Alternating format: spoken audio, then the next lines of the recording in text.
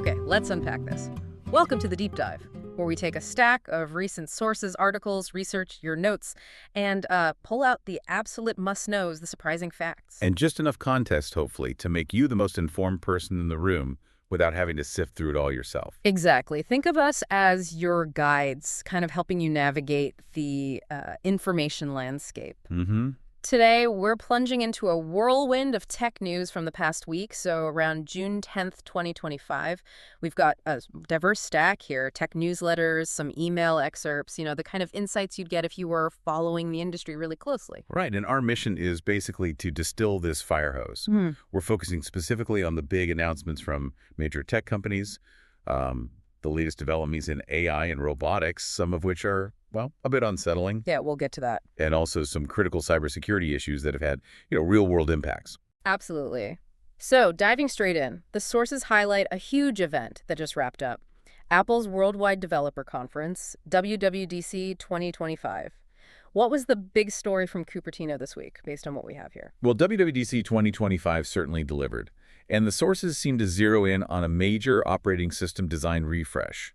Across iPhone, iPad, Mac, even AirPods, you're seeing new looks, new features. Okay. A key point is they've shifted to naming the OS releases by year now. Yeah. So, visionOS 26, macOS 25, that kind of thing.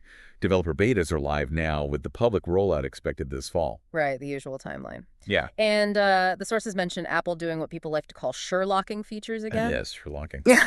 That term popped up quite a bit. It's when Apple integrates features directly into their core operating systems. Right. Features that previously you could only get via third-party apps. Right. Which, for users, it's often great. More convenience, built right in. Exactly.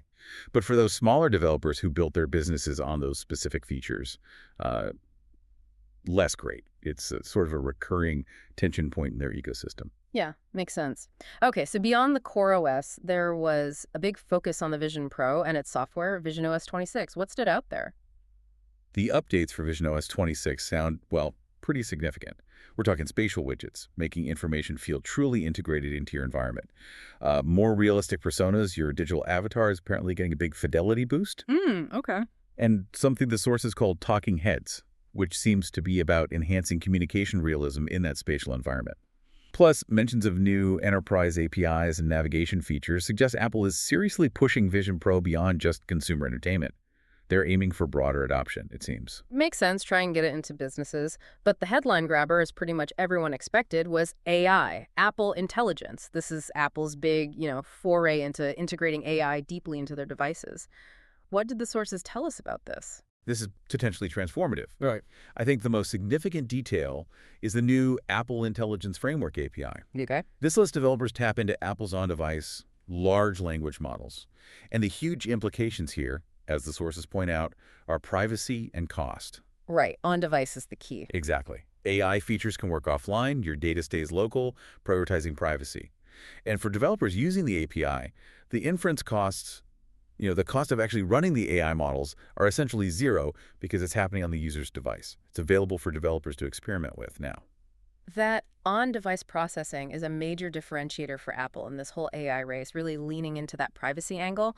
But wasn't there a delay on something else related to AI, Siri? Yes, that was noted. The sources mentioned a delay in the more personalized AI-powered version of Siri that Apple had apparently teased. The reason given was simply needed more time with more details promised in the coming year.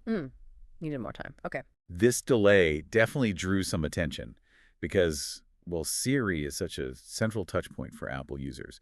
And I think many were hoping this WWDC would deliver that major AI upgrade for the voice assistant. Yeah, you kind of expect Siri to lead the AI charge there. Speaking of user reactions, the sources quickly mentioned a bit of a misstep with the Photos app, something about the interface. That's right. Apparently, a change to the Photos interface in one of the betas didn't land well with users, caused some dismay, as the sources put it. Okay. Apple's response, though, as noted, was swift. They're reverting to the previous familiar tabbed layout with library and collections, so it shows they're listening to feedback, at least on, highly used core app features. Good to see. And this liquid glass UI that's in developer beta sounds futuristic, but the sources indicated mixed feelings. Visually, it sounds impressive, praised for its sleek appearance. However, the critique highlighted in the sources was that this aesthetic came at a potential cost to usability. specifically making notifications harder to read. Ah, okay. The classic form versus function battle. Exactly. It's a tricky balance. It's also an interesting juxtaposition, isn't it? Apple ended their keynote really emphasizing their close relationship with developers, singing their praises. Hmm.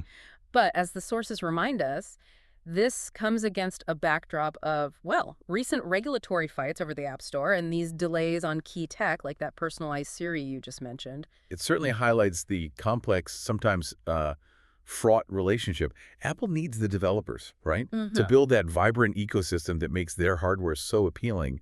Yet, at the same time, they face scrutiny over their control of that very ecosystem and their pace of innovation in certain areas. Both things are true. Yeah, definitely. Before we leave Apple entirely, one maybe smaller detail that caught my eye in the sources, probably useful for developers listening, was the container tool. Right, yeah. Good catch. This is a tool for running Linux containers directly on macOS, sort of like lightweight virtual machines. It's optimized for Apple Silicon, which is key, and it works with OCI-compliant images. So standard Docker Hub images and stuff. Exactly. Developers can seamlessly pull and push images from standard container registries. This may be a niche thing, but very practical for developers working with modern container workflows on their Macs. Okay, good to know. All right, let's pivot from Apple's carefully curated garden to the broader, sometimes more chaotic AI landscape. The sources reveal some pretty explosive growth, but also some findings that raise serious questions. Absolutely. The growth story is, compelling. OpenAI, for instance, reportedly hitting $10 billion in annual recurring revenue. That's ARR. 10 billion. Didn't they just hit like 5 billion last year? Doubled, up from $5.5 billion last year, according to the sources. That's across their consumer, ChatGPT, the business offerings, and the API. And they're apparently targeting a truly staggering $125 billion by 2029. Wow. That is ambitious. And the user numbers. Also huge. Right. 500 million weekly active users, 3 million paying business users. The reach is just immense. Incredible scale, especially for a company that felt like, pure research not that long ago. But then there's this detail about their O3 reasoning model. A massive price cut. That seems counterintuitive. That was a surprising nugget from the sources, yeah. They reportedly cut the price of their O3 model by 80%. 80. Why would they do that?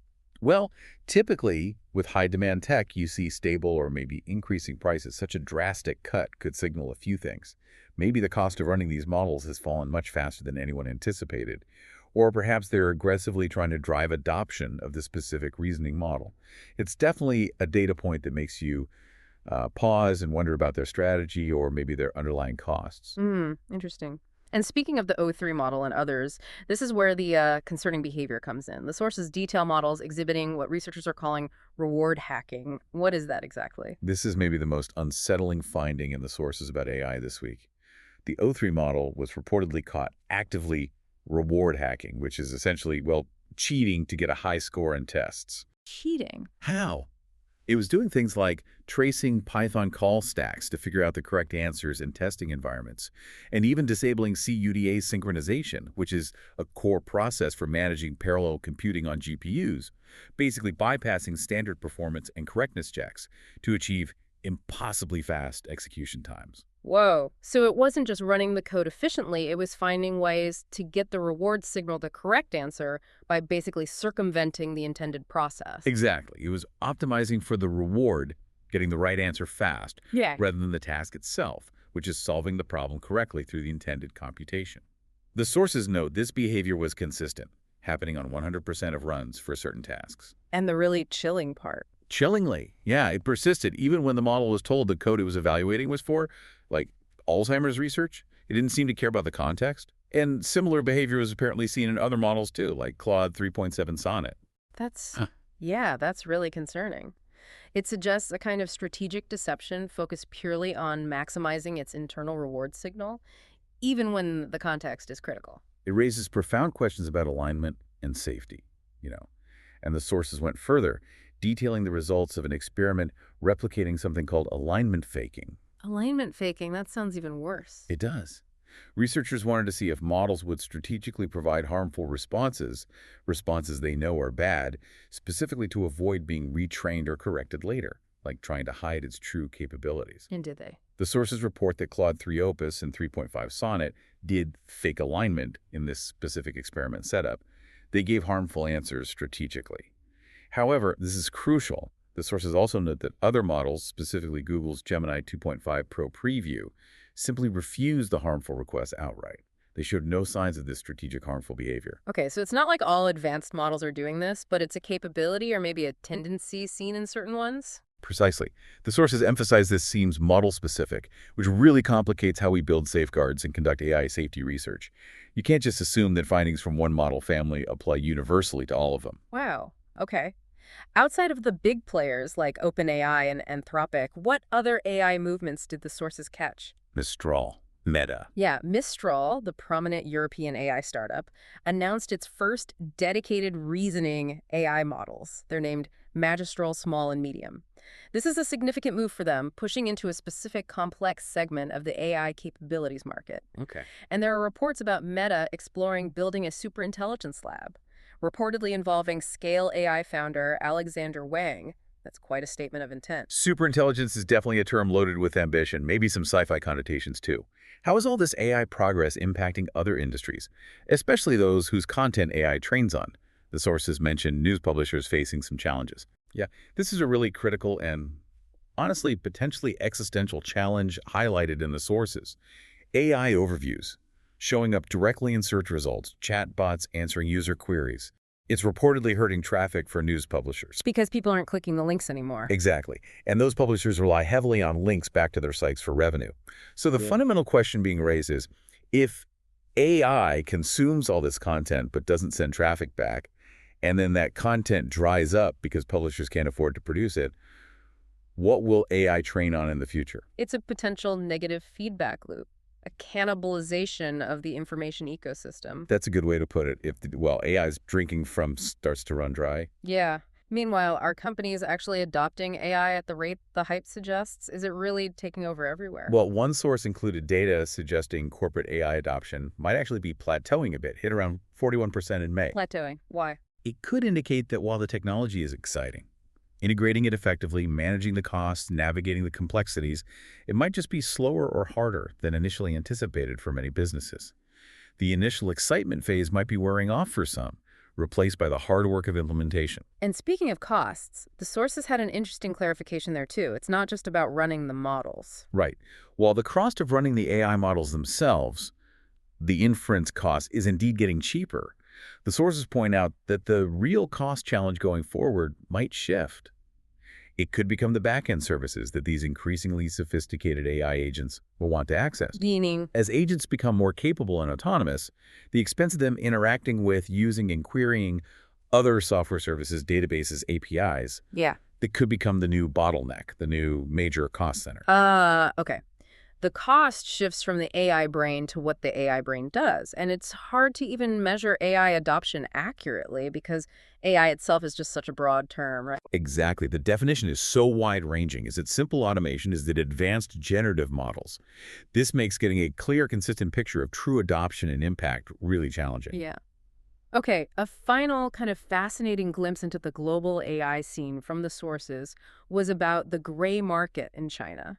People accessing banned U.S. models. Yeah, this highlights how demand can find a way, even around significant restrictions. The sources detailed a gray market in China where banned US AI models, particularly Claude apparently, are being accessed via proxy sites. And why Claude specifically? It seems driven, in part, by users finding some domestic Chinese models like DeepSeek less reliable, maybe due to issues like aggressive content moderation or service outages. So it pushes users to seek out these foreign alternatives, even through illicit, often paid channels. So even significant government firewalls don't completely stamp out the demand for what users perceive as the cutting-edge AI.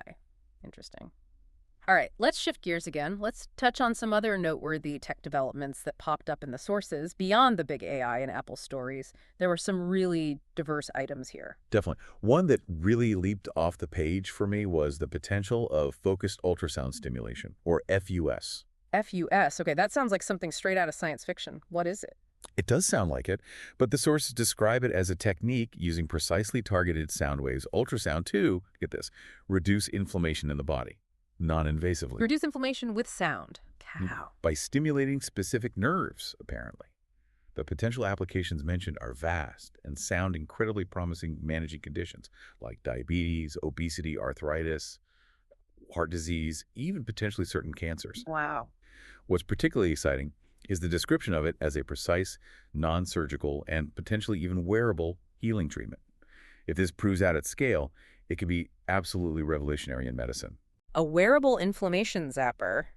Okay, that's wild. From potentially healing major diseases with sound waves to making pizza. Yep, you read that right. X Robotics X Pizza Cube. The sources mentioned this countertop robot. Countertop robot, yeah. That can reportedly churn out 100 pizzas an hour. 100 pizzas an hour from a countertop device. How would That's you- serious volume. It is. And the detail about their business model was interesting, too. They're leasing the robot for $1,300 a month. It just shows how robotics is moving into very specific, high-throughput service industry applications, like hyper-focused automation. Yeah, pizza as a service. Right. Robot. And speaking of automation and real-world services, fully driverless robotaxis are reportedly coming to London soon. That's the plan, according to the sources. Wave and Uber are collaborating, and apparently the UK government is accelerating the timeline, maybe fast-tracking pilot programs for spring 2026. London traffic is notoriously tricky. Exactly. Testing fully driverless cars in London's dense, complex, sometimes chaotic urban environment will be a significant real-world proving ground. A big test. Definitely one to watch. Okay, on a less optimistic note, cybersecurity had a very tangible impact this week, didn't it? Affecting everyday life for some people? A major one, yeah. The sources reported on a significant cyber attack targeting United Natural Foods, UNFI. UNFI. Who are they? They're a massive distributor for grocery stores across the U.S., including major chains like Whole Foods. This attack directly disrupted their supply chain, meaning visible impacts like diminished or just empty shelves at stores they supply. It's a stark reminder that cyber vulnerabilities in critical infrastructure can have direct, felt consequences for consumers just trying to, buy groceries. Yeah. It took several days to resolve, apparently. That's the kind of tech story that hits home immediately. Scary stuff. Any quick notes on other business or product news? Fintech. Just a brief mention of Tabi. It's a fintech startup founded by one of Adyen's co-founders. They recently raised $34 million. Their focus is building solutions specifically for hospitality operations, restaurants, hotels, that sort of thing. Sounds like a potentially well-chosen niche. Interesting. And Google decided to drop some news around the same time as Apple's big event. Didn't want to be left out. They did, yeah. Perhaps not wanting to be entirely overshadowed. Google rolled out Android 16 to Pixel phones the same week as WWDC. Yeah. Included some updates to Google Photos and Wallet. Nothing earth-shattering, it seems, but keeping pace. Okay, this next one from the sources regarding a popular messaging app. This sounds quite serious. Concerning for privacy. Telegram. Yes, this was based on an OCTRP investigation into Telegram, the Organized Crime and Corruption Reporting Project. Okay, what did they find? The sources cite findings suggesting that Telegram's core technical infrastructure might be controlled, or at least significantly influenced, by a Russian engineer who reportedly has ties to Russian intelligence services. Whoa. Controlled. What does that mean for encryption? Well, it raises significant questions about the integrity of its claimed end-to-end encryption. The investigation suggests a potential vulnerability if network traffic itself can be monitored or even manipulated by someone controlling key infrastructure points, regardless of the encryption on the messages themselves. So even if the messages are encrypted end-to-end, if someone controls the network pipes? They could potentially gain insights, metadata, or maybe find ways to compromise the endpoints. It definitely casts doubt on the security assurances for millions who rely on Telegram for what they believe is secure communication. That's a major potential security issue. Okay, shifting dramatically again. I really enjoyed seeing the concept of one-man armies mentioned in the sources. That was kind of inspiring. It's a powerful idea, isn't it? The sources listed projects like the game Stardew Valley, the Linux kernel initially, even Roller Coaster Tycoon back in the day. Right, all basically built by one person. Incredible, complex achievements, largely or entirely created by single individuals. It's just a great reminder of the power of focused dedication and passion in building truly remarkable things.